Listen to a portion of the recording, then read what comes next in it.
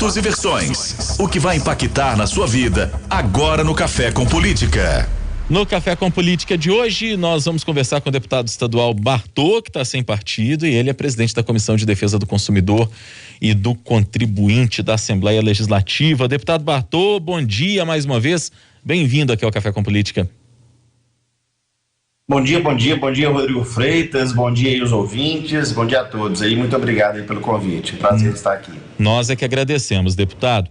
Eu queria começar conversando com o senhor a respeito de um assunto que hoje foi muito, mas muito repercutido pelos nossos ouvintes, deputado, que é o projeto que o governador Romeu Zema enviou à Assembleia Legislativa, limitando o reajuste do IPVA do ano que vem ao índice inflacionário, né? E até para contextualizar quem ligou o rádio agora na nossa audiência rotativa, não é segredo para ninguém que o preço dos carros usados disparou neste ano e que, se o governo fosse seguir o índice da tabela FIPE na cobrança do IPVA, o rombo seria maior para o bolso de quem tem um automóvel em casa, para o empresário que tem também o seu carro.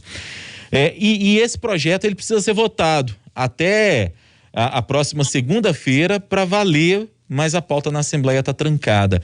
Como é que o senhor está vendo isso, deputado? Essa polêmica que já se cria em torno disso, por causa, inclusive, do regime de recuperação fiscal que está trancando a pauta da Assembleia. Primeiramente, deixar claro que o meu posicionamento aqui desde deputado, né, que é conhecido como deputado contra imposto, é sempre favorável a diminuir a taxação sobre o contribuinte mineiro e do Brasil, né?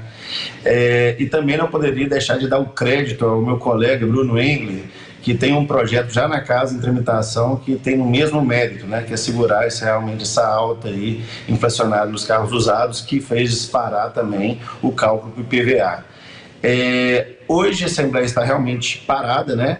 A gente vê aí que, devido ao projeto RRF, né, que é a regulamentação do recurso... Eita, fugiu aqui agora, mas... regime de recuperação fiscal. Né? Isso, regime de recuperação fiscal. Está impedindo com que os demais projetos todos votem, e a gente já votou o LOA, né, que é importantíssimo projeto ser votado dentro do regime vigente para o ano subsequente. Então nós estamos, vamos falar assim, liberados. Com envio desse projeto, é claro que gera mais, por mais que já tinha um projeto aqui na casa, gera mais atenção de todos nossa população mineira para casa, pressiona aí que seja votado, gera uma expectativa, e isso, claro, que mexe aqui com os ânimos de todos os deputados, faz com que a gente pressione também para que a casa tente votar alguma coisa, mas o impasse ainda está grande, ainda não vimos aí nenhuma movimentação de que realmente está tendo uma abertura aí para poder ter um fim, se vai ter votado ou não o RRF, que destrava a pauta. O deputado, na sua avaliação, essa discussão em torno do regime de recuperação fiscal que está paralisando os trabalhos no plenário da Assembleia, isso está acontecendo em função da Assembleia e de muitos deputados que simplesmente não querem o regime de recuperação fiscal, ou a pauta está travada porque o governo está falhando no diálogo com a Assembleia, como a gente ouve de alguns colegas seus deputados quando nos dão entrevista por aqui? O diálogo do governador com a Assembleia sempre foi muito criticado, né? Sempre teve muitos problemas, já teve situações aí bem complicadas aí de embates públicos, né, que a gente viu, mas posso dizer que hoje já tem uma relação que está talvez o melhor momento possível aí desse mandato como um todo.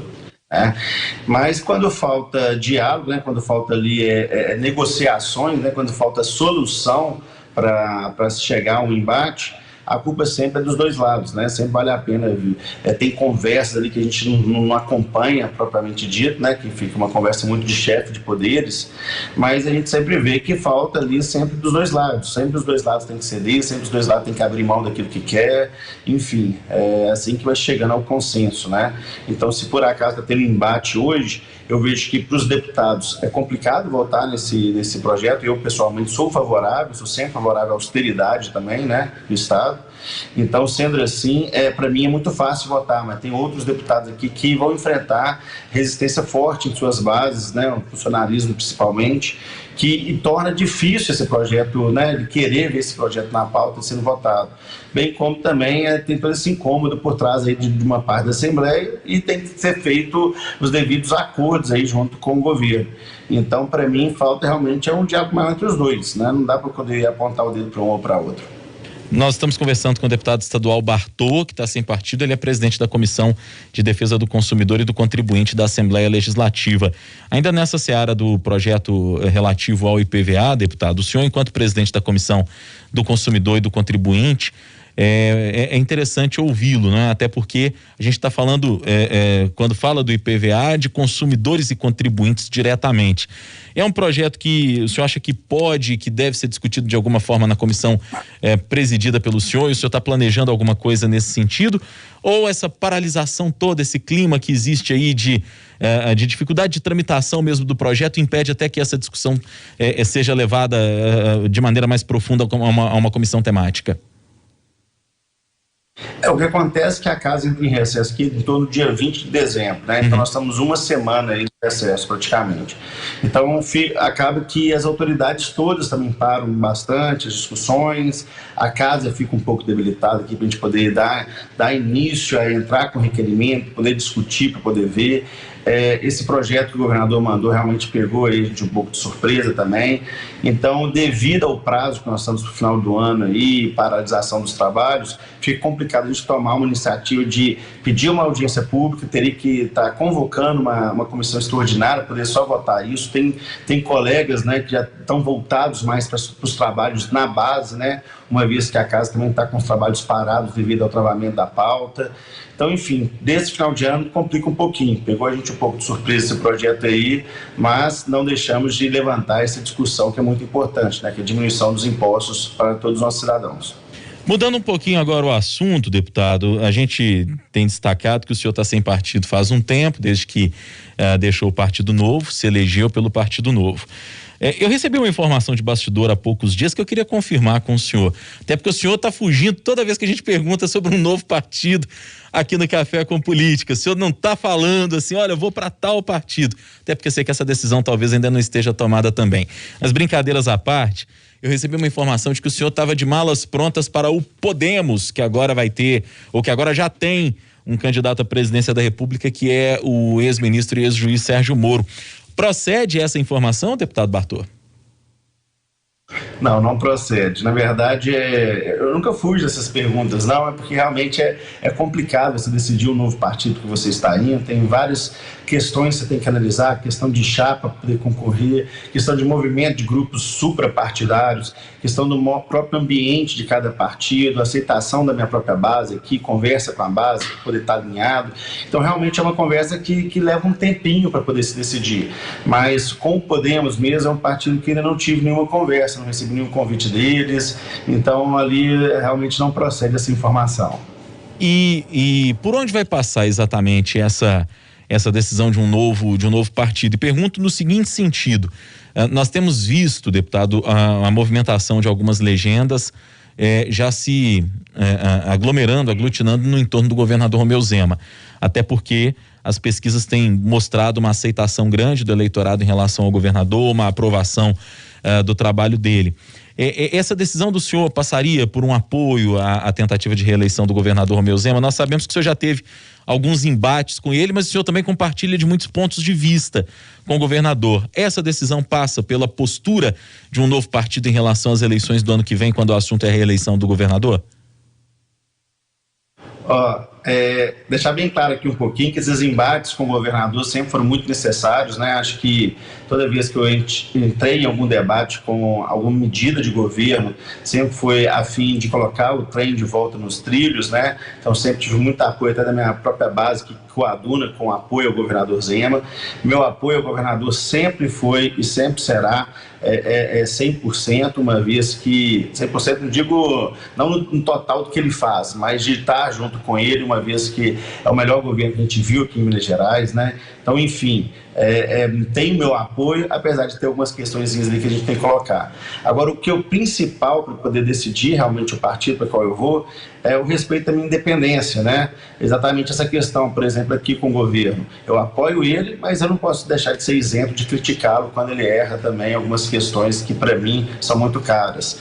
Então, as conversas todas com os partidos estão se passando muito dentro disso. Eu não uso fundo eleitoral, eu não tenho interesse em estar realmente trabalhando dentro da máquina partidária, né? O interesse é exclusivamente me candidatar e poder exercer um bom trabalho independente. Então, aquele partido que abranger isso, com certeza tem um bom olhar aqui desse deputado. O senhor pretende apoiar, deputado, a reeleição do presidente Jair Bolsonaro? Sim, eu sou um deputado de direita, né? Defendo os valores aí de fé, pátria, família, trabalho, livre mercado, Estado mínimo, Estado de direito, direitos individuais, meritocracia, eficiência, transparência. E hoje, a pessoa que eu vejo mais alinhada a isso, que está concorrendo a presidenciável, seria exatamente Jair Bolsonaro, né? Que numa reunião aí que a gente viu que foi fechada, ou seja, não está fazendo palanque nenhum, bateu a mão na mesa para defender armamento civil, sim, porque um povo desarmado é um povo refém, né? A defender livre mercado, defender família. Então, ver ele bater na mão na mesa para poder defender isso, por mais que seu governo ainda tenha alguns probleminhas, algumas questões que nem eu falei, a gente nunca pode deixar de declarar, né? De criticar alguma coisa que venha com efeito de críticas construtivas, principalmente, né? Críticas bem fundamentadas, críticas pontuais, críticas que vão corrigir aqui na meta. Então, sempre vai ser nesse sentido. Apoio, mas tendo a independência aí de estar, na verdade, apoio meus valores, aqueles que eu acho que são interessantes aí para o Estado e para o Brasil como um todo. Na economia, pelo menos, o presidente parece que não seguiu bem essa cartilha do liberalismo, né, deputado? Sim, cometeu vários deslizes aí. Nós liberais realmente tem algumas questões que é muito cara para a gente, né, que incomodou bastante, mas vale a pena pensar. Imagina se tivesse com outros presidenciáveis, né, outros partidos que a gente já cansou de ver no passado que seguiram realmente caminhos muito diferentes para que pelo menos o governo estava querendo fazer a nível federal, né? Então, por mais que deixou a desejar, ainda assim está muito melhor que qualquer um outro aí que passou. Hora do bate-pronto. No Café com Política. Hora do bate-pronto. Você já conhece o quadro? São perguntas objetivas, respostas igualmente objetivas, um ping-pong comigo aqui. Tá combinado, deputado? Fechou. Para começar, regime de recuperação fiscal. Necessário, austeridade sempre necessário. Limitação do reajuste do IPVA. Sou deputado contra imposto, né? Então, quis baixar imposto, quis segurar aumento de imposto, é com a gente mesmo. Relação governo-assembleia. Está no melhor momento possível, mas ainda tem coisas a se melhorar. A gente vê impasse aí como a própria votação da RRF, mas a gente torce aí que tudo se conserte e trabalha em prol disso também. Novo partido de Bartô. Necessário respeitar a independência, né, de poder fazer um trabalho isento e, claro, também seguirei com os mesmos valores que me trouxeram até aqui, principalmente não usar fundo partidário. O duelo Romeu Zema versus Alexandre Calil. Eu acho que deixou de ser duelo, né? Acho que a política está muito clara aí, a reeleição do governador Zema ano que vem está muito forte e Calil cada vez mais tem entrado em desgastes, discussões, brigas com a própria base, com seus próprios funcionários, próprios ex-exonerados, né? Então, realmente uma política que vem se mostrando que está no fim, se Deus quiser. O duelo Lula versus Bolsonaro. Há muito que se falar, né? Um país polarizado entre esquerda e direita, onde as duas opções para quem é de esquerda e direita só tem essas duas, né? Então acaba sempre trazendo aí uma expectativa aí para o segundo turno. E lembrando, tá? Discutir diferença entre Lula e Bolsonaro é uma coisa que discutir diferença entre Petrolão, que é um esquema que ultrapassa fronteiras, e Rachadinha, que é um esquema aí que é inaceitável, mas altamente praticável aí na política no passado. Deputado estadual Bartô, que está sem partido, presidente da Comissão de Defesa do Consumidor e do Contribuinte da Assembleia, nosso convidado de hoje no Café com Política. Deputado, obrigado pela entrevista, prazer falar contigo. Eu que agradeço e aqui, ó, me preparei para a entrevista para a obrigatoriedade da vacina, então você fica me devendo a gente falar sobre esse tema, hein? Fica devendo sim, deputado. É aquilo, né? O factual às vezes nos impera com esse projeto do IPVA na Assembleia. O senhor imagina que os ouvintes querem discutir sobre isso, mas a gente vai ter oportunidade de falar a respeito do assunto. Com certeza, o assunto é muito importante, a gente fica para outra conversa. Muito obrigado aí pela receptividade, como sempre, e estamos à disposição. Obrigado ao senhor, deputado.